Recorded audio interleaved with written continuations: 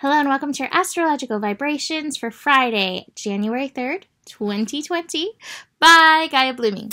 I am Mimi. Hello. And our energy mantra for today is expansion into my next level happens choice by choice. And today we have Mars shifting signs. We have Mars moving into Sagittarius at 1:37 a.m. Now part of me is like, woohoo, this is awesome. And the other part of me is like, holy moly. Oh, this is intense. So we're going to get into that. But I want to start by, again, talking about kind of what we're building into this Saturn-Pluto conjunction et al. Like all the other planets that are there. A little backstory. I first started studying this conjunction about 10 years ago. I have been watching the divine dance move towards this for about 10 years. It came up after I went through my own Saturn-Pluto conjunction. Basically, when Saturn in my chart was running over, or Saturn in the energies in the sky was running over my Pluto placement.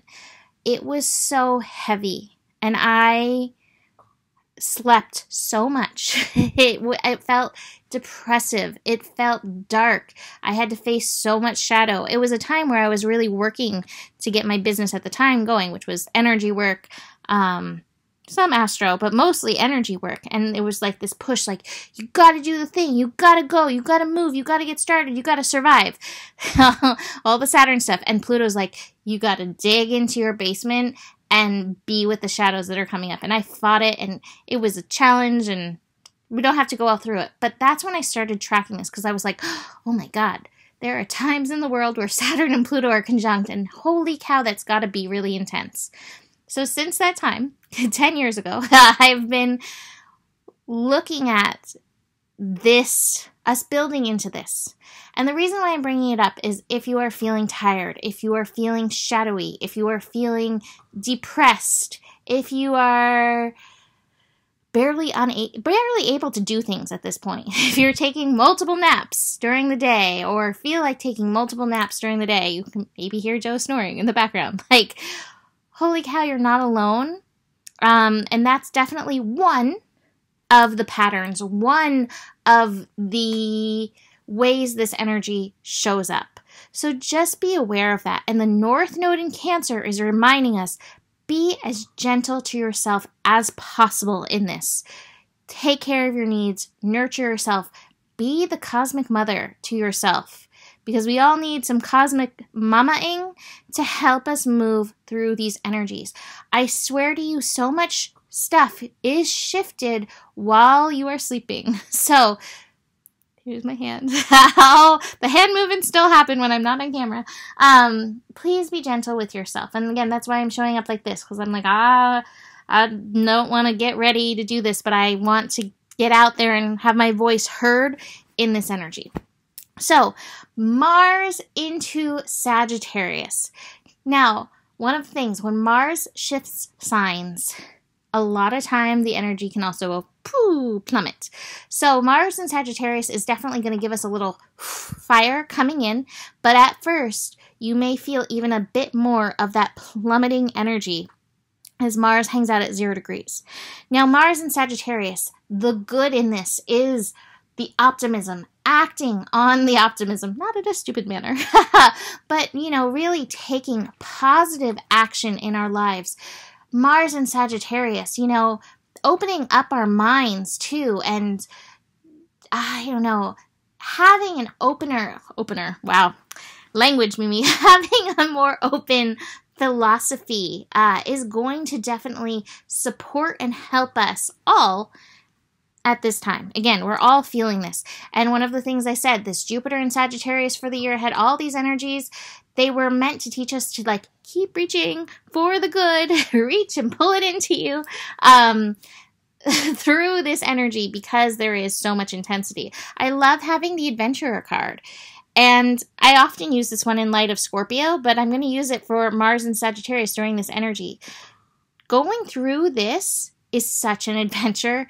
It is an adventure in consciousness. It's an adventure in doing major shadow work. It's an adventure in having faith, believing in the good, even as there's so much challenge happening right now. So hold on to the light in this. Some of the challenge of Mars in Sagittarius is, oh, hold on, Luce, no, Luce, she to get a little light, is eating the string lights. Jojo, stop Luce. Stop her. Sorry. She's like, I want the light so much, I'm going to eat them. Anyway, so Mars in Sagittarius, some of the challenge.